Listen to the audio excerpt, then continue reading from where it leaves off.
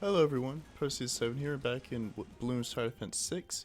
Now we're going to continue on with the again super buff towers beat Bloonarius, and this tower you're super buffing is Anti-Bloon. Now I chose Anti-Bloon because, well, I figured that Anti-Bloon would be quite good for this map, as the Annihilation ability is in a large circle, and well, Quiet Street is pretty much a large circle. And plus I just recently beat Log's Chimps with Anti-Bloon. Now, I decided to try that challenge because I never afforded Anti-Bloon in a real game before, and I thought it would be quite interesting to, I guess, try and see. It was a lot easier than I originally thought, but I mean, it is Anti-Bloon, and Tech Terror is a pretty good stepping stone, so it shouldn't really be surprising. With some light ability micro, you should be able to easily beat easy chimps maps with Anti-Bloon. Of course, harder maps would be a bit difficult.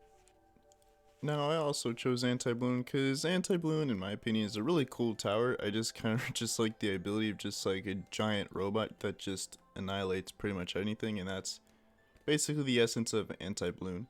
Now, this map is kind of weird, as I really wasn't sure where to place farms. I really only have done normal Bloonarius. I have yet to do Elite. I should probably do that because at the time I'm recording this, there's only like a couple hours left, and so yeah, I probably should do that. By the time this video comes out, Bloonarius would already have been done. But I figured that probably the best spot was around where the cars were, but that would also mean I have to spend a lot of money to remove the cars, but unfortunately there's really nothing I can do about that. Now, I figured that, I was probably going to need Tech Terror for Tier 1 Bloonarius, which is a bit expensive. Tech Terror costs 22k, and that's not even including the upgrade paths.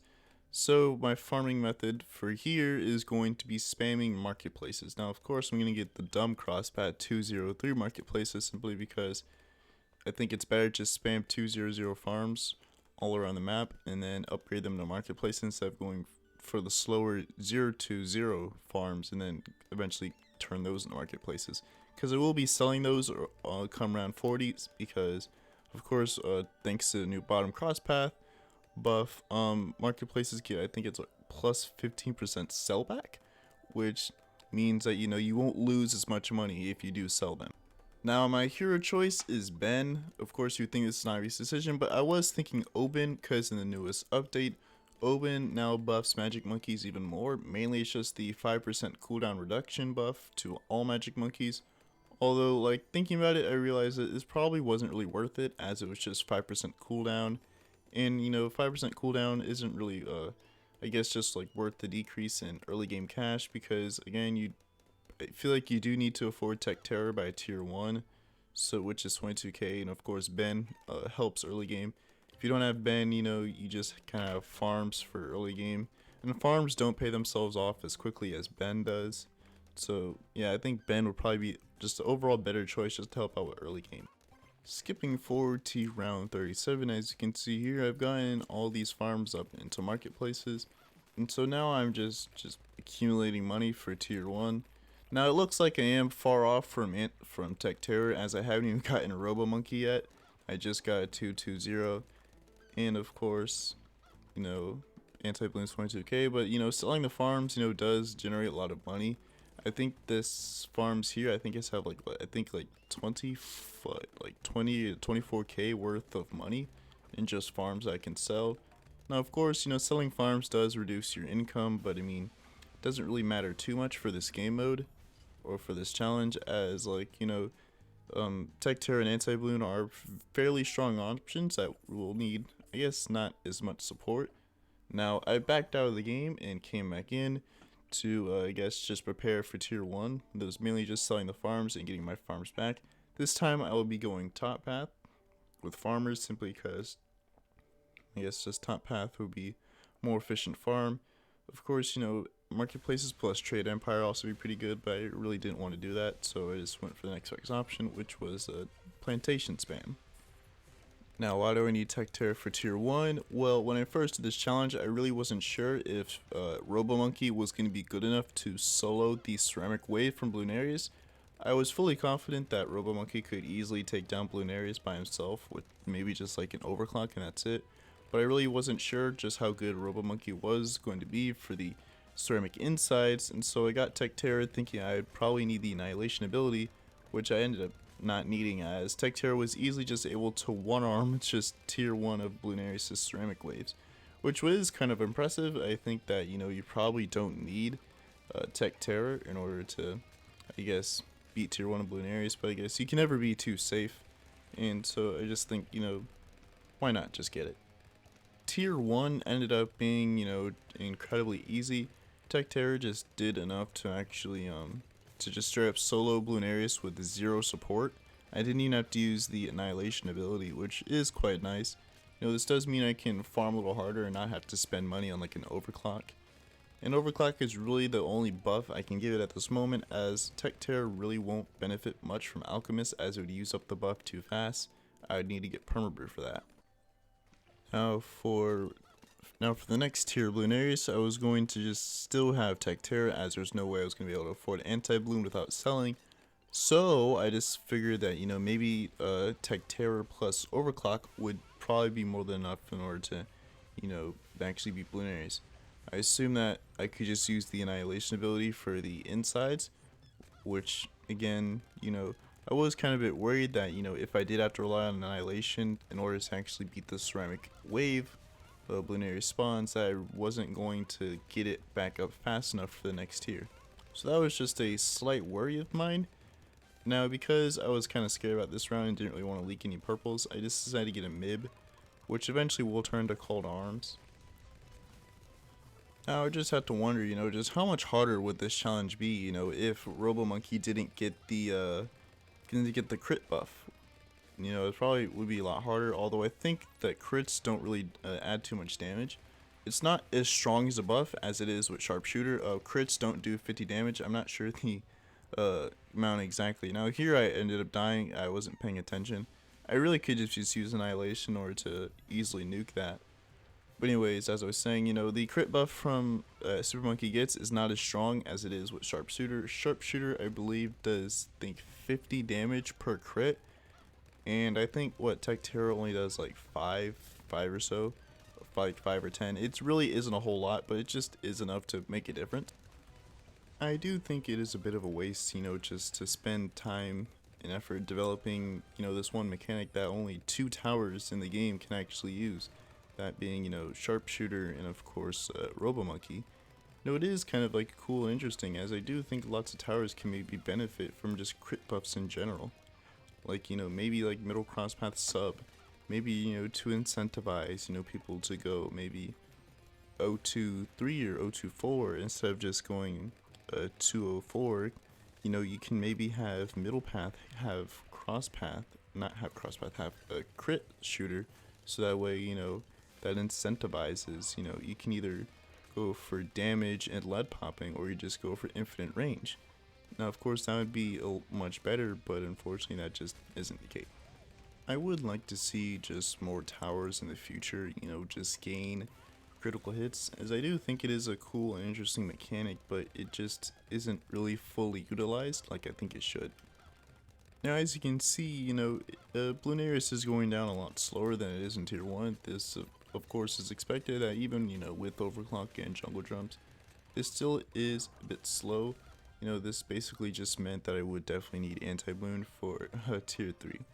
Now, I got a reactor sub at the bottom, as I figured that I might need an Energizer for Tier 3. Although I did end up, you know, deciding against it, as I figured that, you know, it would probably just be better just to spend that money on Anti-Bloon and just end up rushing it. Now, of course, you know, you probably could end up doing this challenge with just Tech Terror, although it would probably be really hard.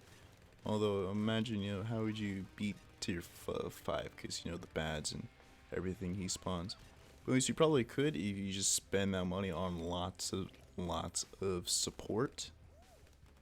Now, even though, you know, this is the current Anti-Bloon super buff video, I am thinking about, you know, what tower next I do want to super buff, or yes, just what hero I want to super buff, as I do want to do a combinations of just heroes and towers. I am thinking, you know, I could do like a joke video and just do like something like Quincy, but, you know, like thinking about it, it probably wouldn't be too bad. Maybe, as of course Quincy is really cheap, although I'm really just wondering, you know, how you would actually beat Tier 5 with that. So probably not Quincy, but I do think maybe other heroes like Adora could probably be pretty good. hopefully when more Blast Bloons get added, I'm actually able to do this with, you know, I guess just more Blast Bloons instead of just Bloonarius. I would do it with Lich, but of course Lich steals buffs, and just in general, of how Lich works, you know, you probably wouldn't be too good for, I guess, just super buff towers in general. As of course, you know, Bloonarius is slow moving but has lots of health, and I think that's better for super buffing towers instead of, you know, Lich is faster but of course has less health. So I think, you know, towers like maybe Tech Terror would probably be too strong for like just Lich. Now for tier 3, what am I going to do? Simple, just overclock Anti-Bloon. You know, I really did need to put a lot more money towards farming, as of course I still needed, you know, Permabrew, Ultra Boost, Support Temple, Cripple Moab and all that before, you know, tier 5, and I really wasn't like liking my farms too much. Of course, you know, since I can't use like Monkeyopolis, I can't really think of any good Monkeyopolis spot on this map, so I just stuck it out with just spamming BRFs. I really wasn't liking the amount of BRFs I had on the map. Usually I would have like so much more like before round 80. Like before round 80 I'd start working on my Monkeyopolis right about now. But you know, I guess that's what you do when you have to super buff, you know, one tower, when usually you can just easily put down a sticky bomb for tier 1 or tax zone for tier 1, although the tax zone's too expensive in my opinion. Now I was hoping that, you know, just overclocking Anti-Bloon would be more than enough to beat tier 3. Although it is a bit slow, you know, this is about as slow as it was in tier 2, even though Anti-Bloon is just shredding right now. Even with overclock, it still is pretty slow. Now I do have the Annihilation ability for the mob insides, but I figured that I probably wouldn't need it since, you know, Anti-Bloon just in general just shreds. You know, Anti-Bloon just straight up, you know, just like one-armed those mob insides, which is pretty impressive in my eyes. Although thankfully Anti-Bloon doesn't need as much support as Churchill did. I actually ended up having to use a cash out for Anti-Bloon, not for Anti-Bloon, for Churchill, just because of just in general just how weak Churchill was at lower levels. Now you had to use the, I didn't have to, I used the Annihilation ability there because I figured that, you know, maybe I wasn't gonna do enough damage. You know, Anti-Bloon can easily beat the mob insides, and so I was just doing like, I think Annihilation does like what, like 2 or 3k of damage every time it's used.